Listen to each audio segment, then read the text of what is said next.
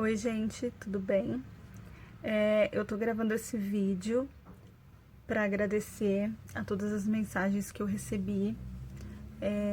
Eu fiz uma publicação falando um pouquinho sobre a minha luta contra a depressão e eu recebi muitas mensagens de pessoas que estão orando por mim, me dando todo o apoio, e eu quero agradecer esse carinho. Nunca me senti tão bem, nunca recebi coisas tão positivas. Mas isso não seria possível, isso não teria acontecido se eu não tivesse me exposto e falado como eu estava me sentindo, qual era a minha luta. Então, assim como as mensagens de bênção que eu recebi, eu também recebi mensagens de algumas pessoas que passam pelo que eu tô passando e muitas vezes não sabe como pedir ajuda, para quem pedir ajuda. Ou vivem num contexto de preconceito, de tabus, e não tem apoio de ninguém para poder lutar, né? Então eu quero com esse vídeo encorajar essas pessoas a tomarem uma decisão, assim como eu tomei, que é a decisão de não desistir. Para isso, eu quero contar um pouquinho da minha luta, um pouquinho da minha história com a depressão. Não tem como contar a minha história sem falar do meu passado, sem falar da minha infância, até mesmo porque hoje, após ter feito o tratamento, após algumas sessões de terapia, eu entendo que a depressão pode ter sido desenvolvida desde a infância, no meu caso. Eu não nasci num contexto de família comum, né?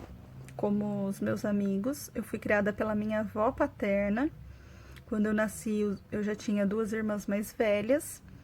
E os meus pais não tinham condições de ficar com a gente, porque eles não tinham estrutura nenhuma para criar os filhos.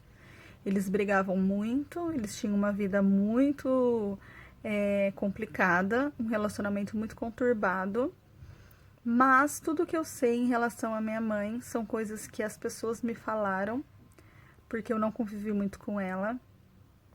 E sobre o meu pai, apesar de ter convivido um pouco com ele, mesmo assim não foi um relacionamento de pai para filha, então foi um relacionamento bem ausente também.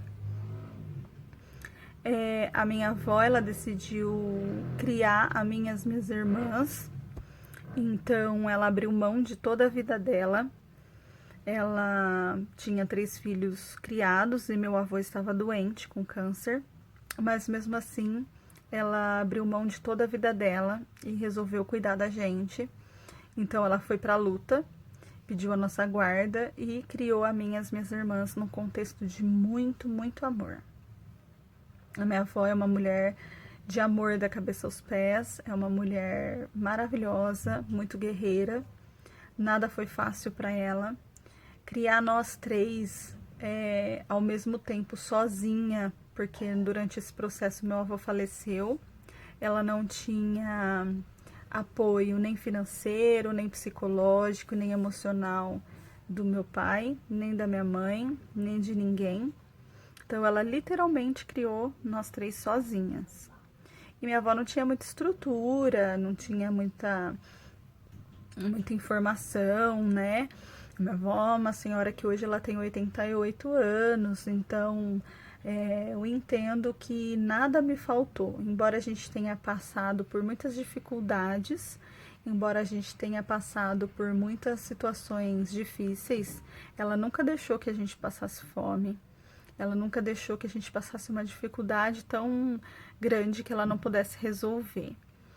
Então, eu não tenho que falar da minha criação a não ser falar muito bem, né?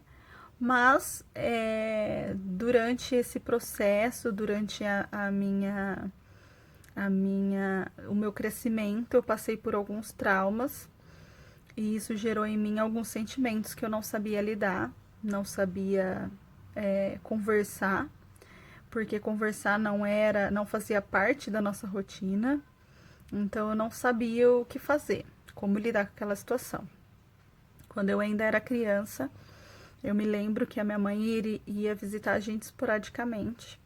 Então, ela, uma vez por ano, normalmente no Natal, ela aparecia na casa da minha avó e ficava ali um dia, 2 dias e depois ia embora. Ela morava no Rio de Janeiro. Na verdade, ela não tinha endereço fixo, a gente não tinha telefone, então a gente não tinha como ter um contato direto com ela. Ela aparecia a hora que queria e sumia a hora que queria. O meu pai, ele casou de novo e formou uma nova família com a minha madrasta e o meu irmão. E o meu pai, ele... O que as pessoas falam é que ele criou juízo depois que ele casou com a minha madrasta, que minha madrasta mudou ele muito, porque ele era bem assim, desajuizado mesmo. E eles moravam em Campinas, mas depois de alguns anos, meu pai conseguiu um emprego bom em outra cidade e eles foram para lá. Quando eu tinha mais ou menos uns 8 anos, eu me lembro que tinha um vizinho ali da rua da casa da minha avó, que ele era um senhor já, mas era um senhor muito querido na rua, de todas as pessoas que moravam ali. E ele era muito bonzinho. Então ele ia na padaria e ele trazia para mim sacos de chiclete, chocolate, balas. E aquilo era algo muito diferente para mim, porque minha avó não tinha condições de comprar essas coisas. Afinal de contas, eram 3 crianças, 3 meninas. E embora minhas irmãs fossem mais velhas, né? Minha avó não tinha condições de comprar essas coisas. E ele dava para mim e eu amava tudo aquilo. Mas, assim como todo abusador e todo pedófilo, aquilo tinha um preço e ele queria algo em troca. Ele nunca chegou a tocar em mim fisicamente, mas eu lembro que da minha casa tinha visão para a casa dele e eu conseguia ver, tanto ele ver dentro da minha casa quanto a gente vê a casa dele. E ali no quintal da minha avó, na frente da casa da minha avó, dentro mesmo, na garagem, eu montava ali minhas bonecas, meus brinquedos e gostava de ficar brincando ali na frente. E às vezes vinha uma vizinha minha brincar comigo, enfim.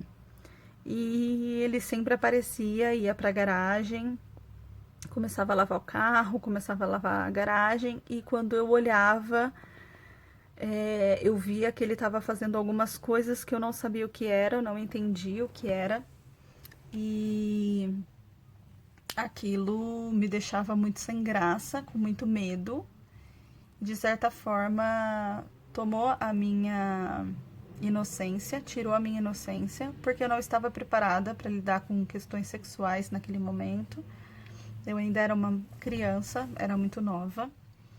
E, enfim, ele fazia coisas ali que me colocava numa situação muito difícil. Depois de algum tempo, eu percebia quando isso acontecia, quando ele aparecia fazendo essas coisas, eu tinha que juntar todos os meus brinquedos e entrava para dentro da minha casa, acabava a brincadeira e eu não podia falar para ninguém o porquê que eu queria entrar, o porquê que eu não queria ficar mais lá na frente, mas eu não queria mais ficar. Eu tinha medo de falar, eu era uma criança.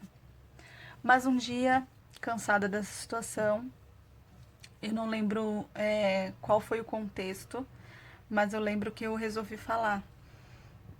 E eu falei para uma das minhas irmãs o que estava acontecendo, o que ele fazia comigo, o que acontecia. E a minha irmã contou para minha avó. E eu lembro que nessa época, a minha mãe foi visitar a gente. Eu não sei se era época de Natal ou se era alguma outra época. A minha mãe apareceu para nos visitar e a minha avó contou para ela o que tinha acontecido, o que estava acontecendo. A minha mãe ficou muito brava e eu lembro que ela saiu embaixo de chuva numa noite e foi lá, bateu na casa dele, começou a tirar satisfação com ele, começou a brigar, ameaçou a chamar a polícia, mas minha avó não deixou e foi uma confusão só. Mas, assim como todas as vezes, no dia seguinte a minha mãe foi embora e tudo voltou ao normal. Ninguém tocou mais no assunto. A única coisa que mudou foi que eu não podia mais brincar lá na frente da minha casa. O cara continuou morando lá, a família dele também não fez nada com ele, que morava lá junto com ele. E ficou por isso mesmo. Os sentimentos que eu tive em relação a isso não foram tratados, ninguém conversou comigo, ninguém explicou o que tinha acontecido, não houve nenhum tratamento. Mas eu acredito que seja porque a minha avó não soube lidar com aquela situação. E naquela época também era algo que não se falava, então era um assunto muito complicado. Mas não foi feito boletim de ocorrência, não foi feito, não chamaram a polícia, nada foi feito. Hoje esse senhor ele já é falecido, então eu não tenho contato com ele há muitos anos. Depois disso, eu lembro que quando eu tinha uns 11 anos, mais ou menos, já fazia um tempo que minha mãe não aparecia para buscar, para visitar a gente. E como ela não tinha um endereço fixo, a mãe dela, minha avó materna, morava no Rio de Janeiro e ligou para saber se a gente tinha notícia dela, se ela tinha aparecido em casa, porque fazia muito tempo que ela não aparecia lá também. Então ela ligou preocupada, mas a minha mãe não tinha aparecido já há algum tempo e ninguém sabia dela. Diante dessa situação, os adultos começaram a ligar nos hospitais e encontraram minha mãe em estado terminal, com uma doença muito grave, aqui em Campinas, no hospital. E foi recomendado a gente que fosse lá visitá-la e que a gente fosse despedir dela, porque ela não iria se recuperar daquela situação. Eu não queria ir, porque eu tava com muito medo do clima que tava no ar. Eu não entendia, eu não sabia o que eu ia ver, eu não sabia nada do que estava acontecendo. Mas eu lembro que um tio meu me convenceu a entrar e falar com a minha mãe, porque ele disse que ia ser a última vez que eu ia vê-la. Quando eu entrei, eu precisei me preparar com máscara, luva e roupas, porque a doença dela era contagiosa. E foi muito rápido. Eu me lembro que eu entrei, dei de cara com ela e ela estava completamente irreconhecível, muito magra. Era outra pessoa, irreconhecível é a palavra. E eu me lembro que ela falou algumas coisas pra mim. Ela me falou que me amava muito e que eu era muito linda. Então essas foram as últimas palavras que eu ouvi da minha mãe. A visita acabou, a gente foi para casa e ficamos aguardando a notícia ruim de que ela morreria, porque isso era algo que todo mundo esperava e de fato aconteceu. No dia seguinte, o médico ligou, o hospital ligou e informou o óbito da minha mãe. E eu confesso que eu não senti na hora, ali no enterro da minha mãe, eu não tive um sentimento de perda, de ausência dali, quando ela morreu. Porque na verdade a falta que eu sentia da minha mãe foi desde que eu nasci. Ela nunca tinha sido presente. Então aquela situação, a morte dela, eu encarei como mais uma visita que ela não fez. Foi mais uma vez que ela não apareceu. Foi mais uma vez que ela não deu notícias. Então, mais uma vez que eu ficava esperando e ela simplesmente não apareceu. Então, foi a forma que eu aprendi a lidar com o que eu estava sentindo no momento. Porém, eu estava numa fase de pré-adolescência e eu comecei a ficar um pouco rebelde. Então, eu comecei a matar muita aula na escola, eu comecei a me envolver com pessoas mais velhas, então eu matava aula e saía de carro com essas pessoas. Minha avó não sabia onde eu estava, não sabia se eu estava correndo algum perigo, e como eu fiz isso muitas vezes, cheguei até a fugir de casa um dia e dormir fora, dormi na casa de uma amiga, e no dia seguinte que eu voltei para casa, estava todo mundo me procurando, desesperado.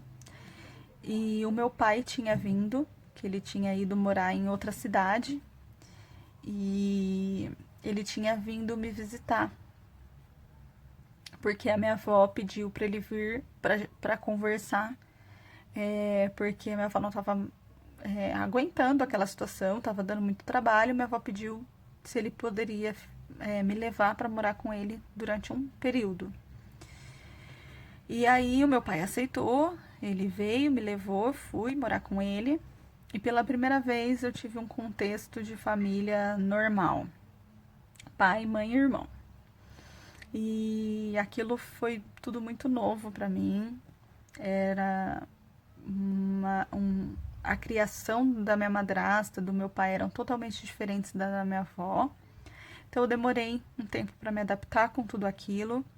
Eu não estava acostumada a ter um relacionamento à base de conversa. Eu estava acostumada a fazer as coisas escondido da minha avó. Então eu acabei desobedecendo e aprontando algumas coisas lá também. Até que acabou com que eu voltasse para casa da minha avó, porque eu acabei criando algumas situações complicadas lá na casa do meu pai. E quando eu voltei a morar com a minha avó, eu decidi que iria tomar juízo. Então eu comecei a frequentar uma igreja junto com uma das minhas irmãs, comecei a participar dos ministérios. Só um adendo, a minha avó criou nós três na igreja desde pequenininhas, mas quando a gente cresceu, eu saí da igreja, eu me desviei e voltei quando eu tinha 13 anos. E quando eu morava com a minha madrasta, eu não ia lá na igreja, né? Então, quando eu voltei, eu comecei a ir na igreja, tudo certinho, e conheci um rapaz. Esse rapaz, ele era bem mais velho que eu tinha 14 anos, ele tinha 21, mas mesmo assim, a gente começou um relacionamento, minha avó aprovou, e foi um relacionamento que durou muitos anos. Quando eu estava com 17 anos para 18, nós descobrimos que o meu pai estava doente, que ele estava com câncer. E quando eu vi o meu pai, ele estava muito mais magro também, irreconhecível também, porque eu estava acostumada a ver meu pai forte, né? Então, aquela cena de eu ver meu pai naquela situação, bem magrinho, quase sem cabelo, aquilo me chocou bastante. E o câncer dele foi muito agressivo, muito rápido. Então, pouco tempo depois, nós recebemos uma ligação de que éramos para visitá-lo. E nós viajamos lá para a cidade onde ele estava internado. E foi a última vez que eu vi o meu pai. Eu me lembro que no início, quando eu cheguei, ele não me reconheceu, mas depois eu falei quem eu era e a gente conversou um pouco. E foi a última vez que eu conversei com meu pai. Eu não tinha maturidade na época, nem entendimento, mas eu gostaria sim de ter falado algumas coisas para ele que eu não falei. Eu gostaria sim de falar para ele o quanto eu o amava, independente de qualquer coisa, e que eu entendia que ele deve ter tido os momentos, os motivos dele para não ter me criado, não ter ficado comigo, enfim, eu queria ter falado muitas coisas para ele, assim como para minha mãe, mas eu não tive tempo e não consegui falar nada disso. Eu não sei se eles sabiam o que eu sentia. Após o falecimento do meu pai, eu resolvi sair da igreja novamente e viver uma vida completamente louca, assim. Comecei a ir para baladas, comecei a viver num contexto de álcool, drogas, e muitas coisas erradas, assim, que não me faziam bem. E numa dessas baladas eu conheci um outro rapaz e comecei a namorar com ele. Foi meu primeiro relacionamento abusivo. Foi um relacionamento muito difícil, muito abusivo mesmo, com muitas traições, com muito abandono. Eu me lembro que eu descobri que eu estava grávida dele, com poucas semanas de gestação. E ele aceitou muito bem, ficou muito feliz. Nós fizemos até uma festa com os amigos e decidimos morar juntos. Mas algum tempo depois eu comecei a descobrir muitas traições dele, muitas coisas que ele fazia comigo, me largava e ia pra balada, falava que estava passando mal, que ia no hospital e no fim estava embalada com outras mulheres. Então eu tive um sangramento, e aí eu fui pro hospital, foi onde eu precisei fazer uma curetagem, porque eu havia tido um aborto espontâneo.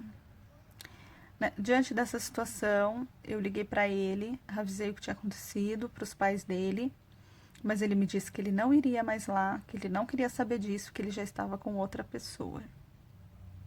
Sim, isso aconteceu.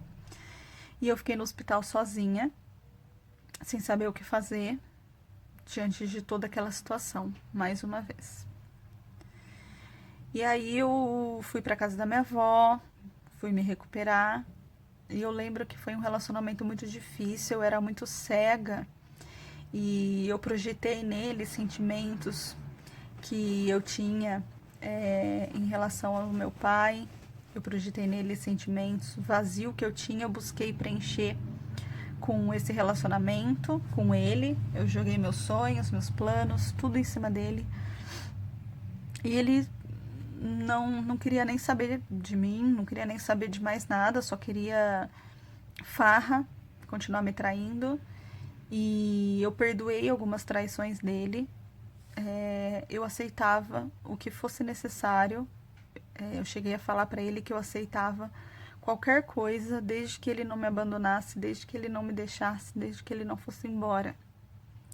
Então eu vivi um tempo nesse relacionamento porque ele podia fazer o que ele queria. Ele chegava a ficar com pessoas na minha frente. E nas baladas dava em cima de outras pessoas, ia embora com outras mulheres.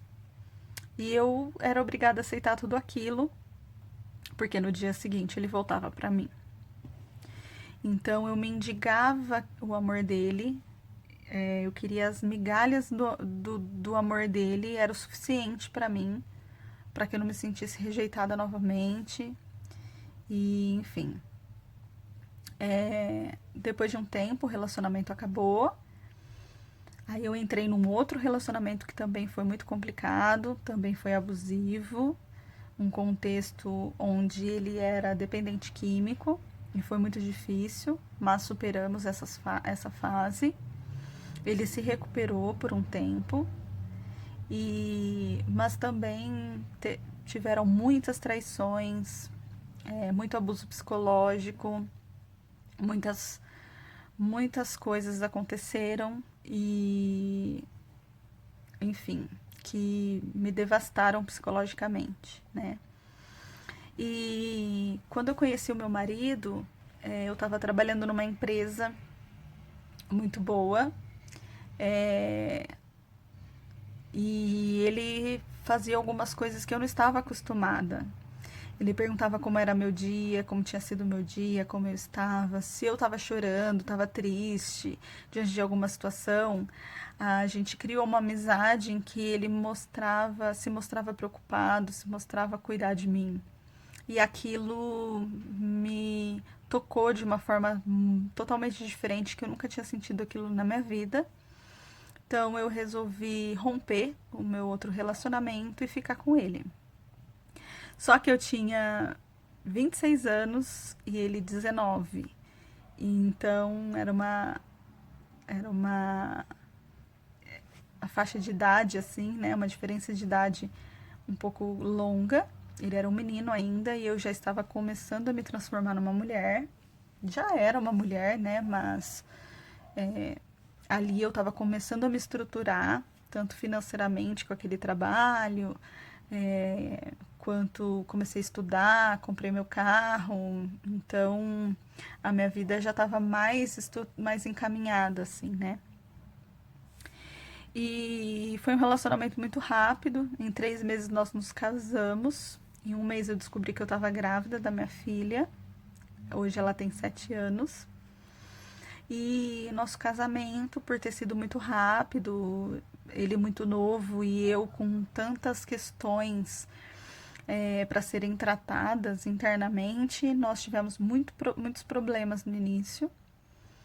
Chegamos a nos separar, querer nos separar algumas vezes.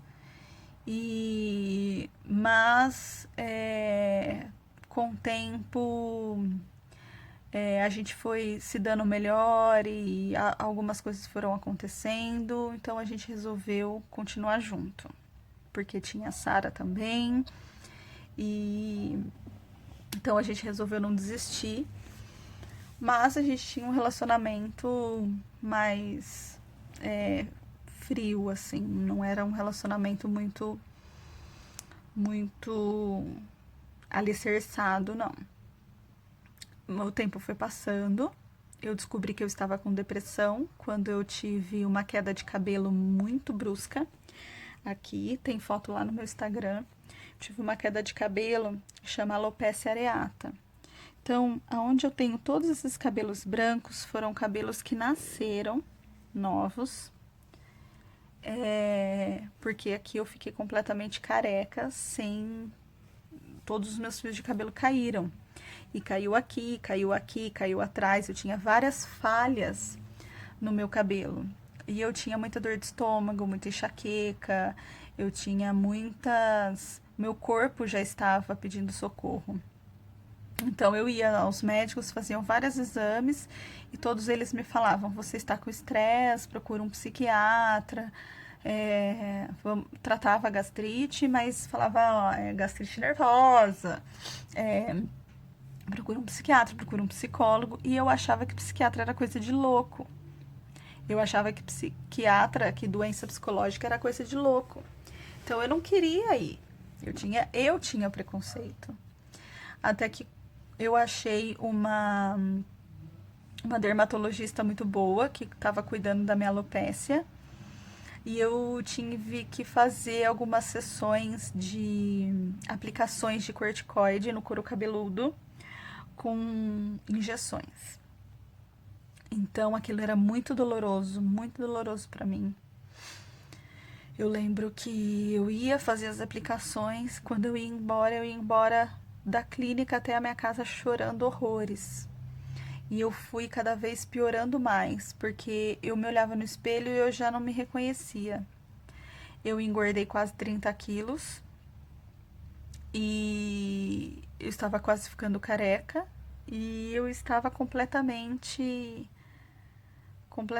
decepcionada comigo mesma, cheio de sentimentos ruins dentro de mim.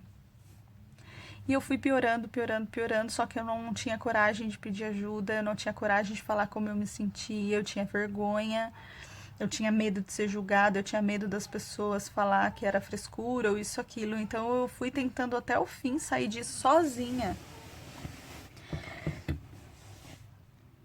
E eu continuei essa luta sozinha,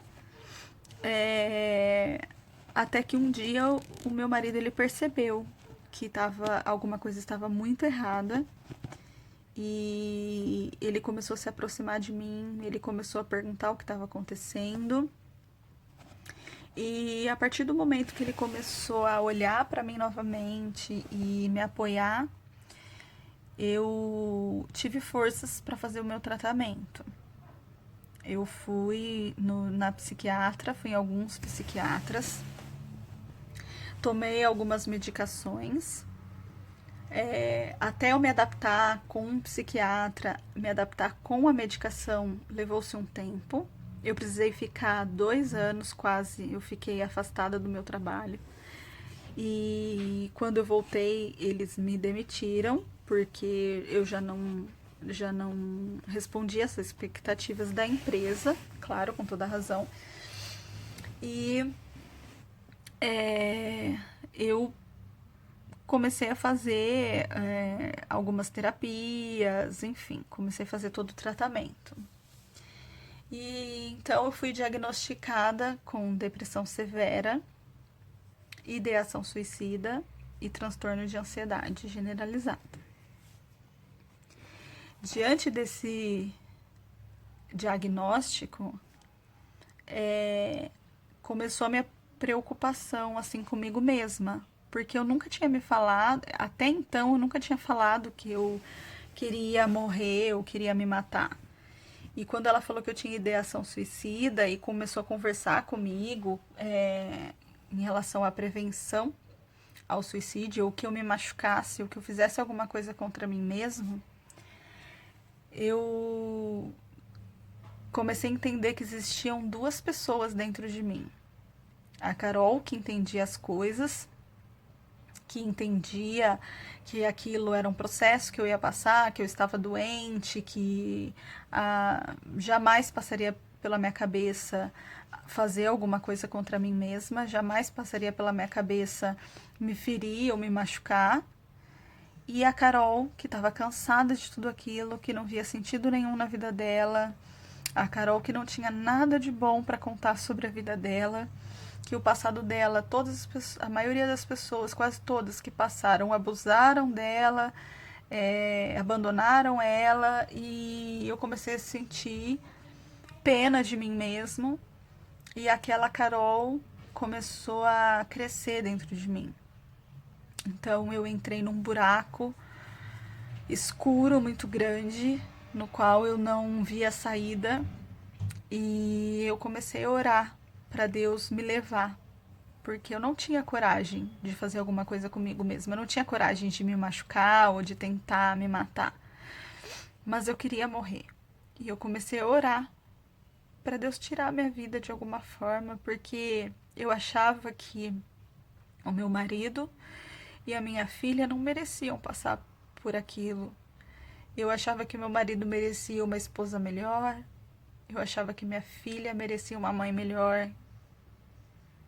Como que a minha filha ia ter uma mãe dessas?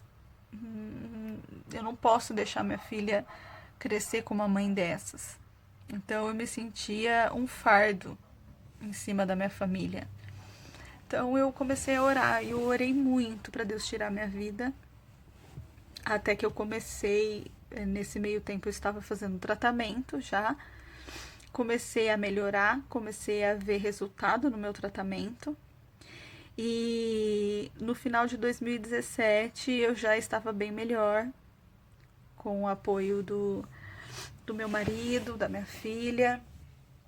Então a gente passou por 2018 e 2018 foi um ano maravilhoso assim para mim.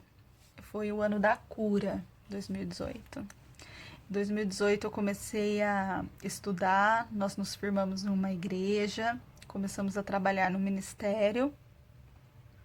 Eu comecei a ajudar muitas pessoas, eu comecei a trabalhar com mulheres, então eu me senti útil e Deus foi tratando todos aqueles sentimentos que eu tinha, de tudo que eu passei.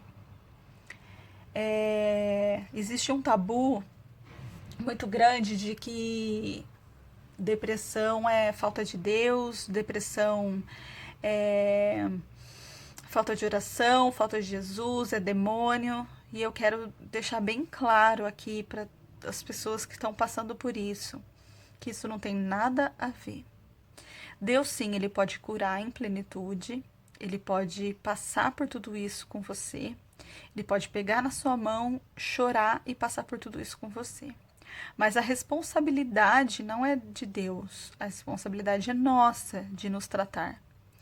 Porque quando a gente tem uma dor de dente, a gente não vai orar e expulsar a dor de dente e vai esperar e ficar quieta achando que tudo se resolve. A gente tem que ir no dentista, a gente vai se tratar, a gente vai fazer um tratamento, vai tomar remédio.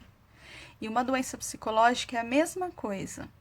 Se existe algo errado, algo que nosso cérebro não está fazendo, não está funcionando como deveria, nós temos sim que cuidar do nosso corpo e confiar nos homens que Deus deu capacidade para estudar nossa mente humana e fazer um tratamento. Claro que quando a gente está muito debilitado, quando a gente está doente, a gente acaba abrindo brechas para mais coisas ruins entrarem. Quando falta tratamento, quando falta entendimento, quando falta conhecimento, muita coisa ruim acontece. Mas não significa que isso seja falta de oração ou falta de Deus.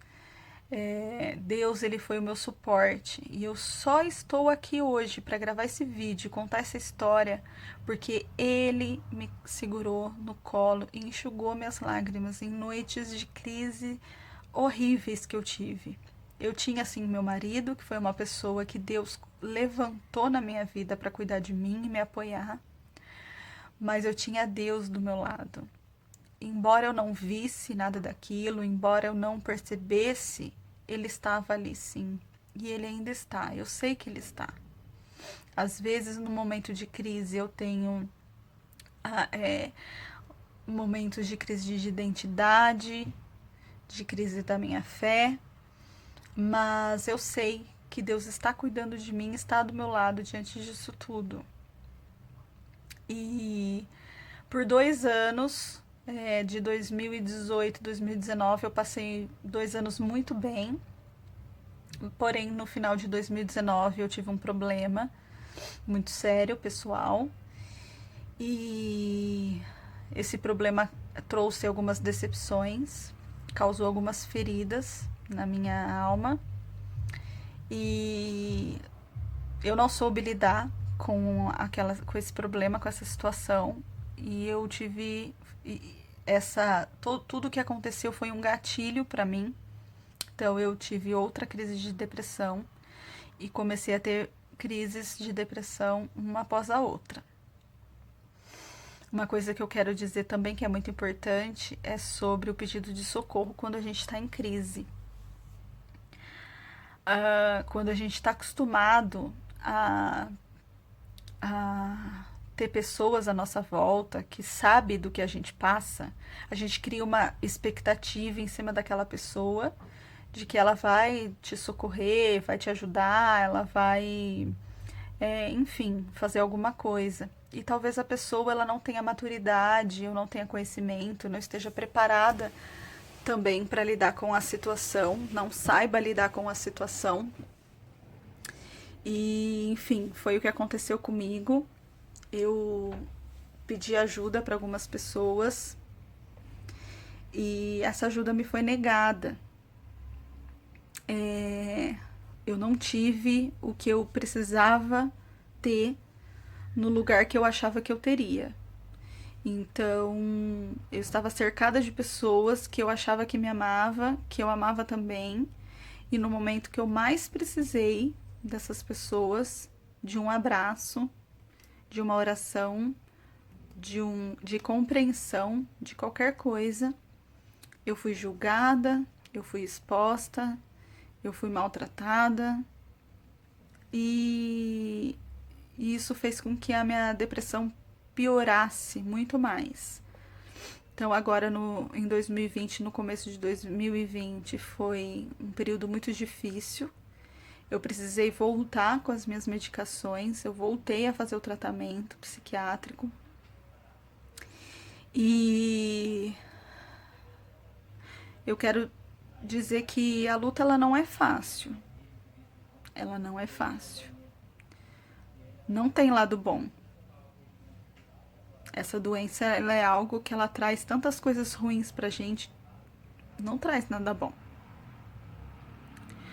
Mas no meu pior momento, no meu momento de maior crise, que eu estava numa situação quase assim fazendo uma besteira mesmo, porque é um vazio que a gente sente. Não dá pra explicar. Só quem sente, só quem passa por isso, que entende. Mas é algo tão doloroso, tão forte, tão intenso, que você quer que aquilo acabe de qualquer forma. Você quer que a dor passe. Então você faz qualquer coisa para aquela dor passar. Você faz qualquer coisa para você se sentir bem, para aquilo, aquela angústia, tudo aquilo que você tá sentindo passar. E é nesse momento que as pessoas fazem besteira. É nesse momento que as pessoas se machucam, que as pessoas se cortam, que as pessoas tentam suicídio. E eu quero dizer que existe muito mais depois de uma crise, sabe? Existe existe vida ainda. Embora a gente esteja no nosso pior momento, embora a gente esteja na pior situação, existe mais. A gente só precisa aguentar aquela crise passar, porque ela vai passar. Por pior que seja, aquela crise vai passar. Então, não deixa de... Não desista. Não deixa de insistir na sua vida. Por mais que eu contei toda essa minha história para dizer que a minha vida toda eu entendi que eu não tinha valor. Eu aprendi com toda a minha história e meu passado que eu não tinha valor. Eu não tive valor para os meus pais, eu não tive valor para os namorados que eu tive, eu não tive valor para as pessoas que viam eu passar por algumas situações e não faziam nada. Mas isso é algo que a minha mente coloca para me enganar, para me cegar. Então, quando a gente entende que a nossa mente faz de tudo para enganar a gente, e no momento de crise, peça ajuda. Existe alguém que vai te ajudar. Existe alguém. Se não existir ninguém que te ajude, ore e peça para Deus levantar alguém, porque Ele vai levantar alguém para te ajudar. Ele vai levantar alguém para te dar esse apoio. E assim como eu, um dia, eu estava sozinha em casa, meu marido estava trabalhando, e numa crise desesperadora, eu não aguentava, não sabia o que fazer, eu liguei no número 188, que é um número de apoio à vida que tem, né, de prevenção ao suicídio. E eu comecei a conversar com uma mulher na linha, ela não perguntou meu nome, ela não perguntou nada. E eu contei um pouco da minha história e ela falou: puxa, que difícil. Eu imagino que você esteja passando seja muito difícil. Mas aguenta mais um pouco. Você aguentou até agora, aguenta só mais um pouco. Eu tenho certeza que vai valer a pena. E eu não esqueci o que aquela mulher que nem me conhecia falou pra mim. E eu aguentei mais um pouco. E hoje eu tô aqui. Eu não estou em crise no momento. Eu estou tomando medicação. Estou tratando. Mas eu sei que é uma luta constante, é uma luta diária, não acaba por aqui. E é isso que eu queria dizer pra vocês. Se as pessoas falarem que é frescura pra você, se as pessoas falarem que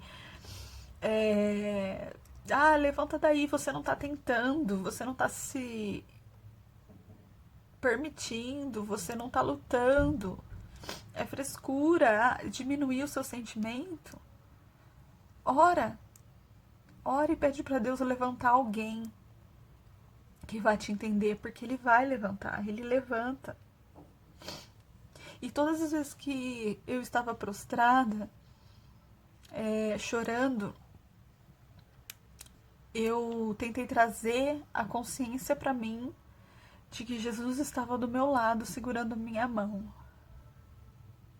E aquilo fez com que eu passasse por aquela crise e esperasse o dia seguinte. E, como eu falei, existe muito mais no dia seguinte. Existe esperança, existe vida. É só a gente não desistir. Procura alguém de sua confiança, alguém que você confie. E se você não achar ninguém, se mesmo assim você se sentir sozinho e não achar ninguém para te ajudar, me procura. Tá? Não deixa de me procurar, não. A gente vai conversar, a gente troca experiência. Se precisar sair da minha casa e ir até onde você tá, eu vou. Se eu não tiver condições, eu te ligo. Mas não desiste, não. Porque existe mais. A sua vida é muito preciosa. Deus não permitiu que você nascesse, que você chegasse até aqui, para que você morresse dessa forma. O deserto não é lugar de morada, é lugar de passagem. E o passado é lugar de referência. Então, a gente aprende a lidar com todas essas questões. A gente aprende a lidar com os nossos sentimentos. E a gente fazendo o que a gente precisa fazer para melhorar, seguindo as coisas tudo certinho, a gente pode ter uma qualidade de vida muito melhor. Eu falo de cura, sim. Eu falo que você pode ser curado, sim. Mas caso você não for curado por completo, você pode viver uma vida de plenitude, controlando essa doença, controlando todas essas questões, todas essas emoções que não cabem dentro de você. Então não desista, não acredite que você não está se esforçando, que depende de você. Não acredita que é demônio na sua vida, não acredita que é falta de Deus. Não acredita no que sua mente está querendo colocar na sua cabeça. Você é precioso. Deus permitiu que você vivesse por algum propósito. E eu não quero morrer antes de viver o meu propósito. É isso, gente.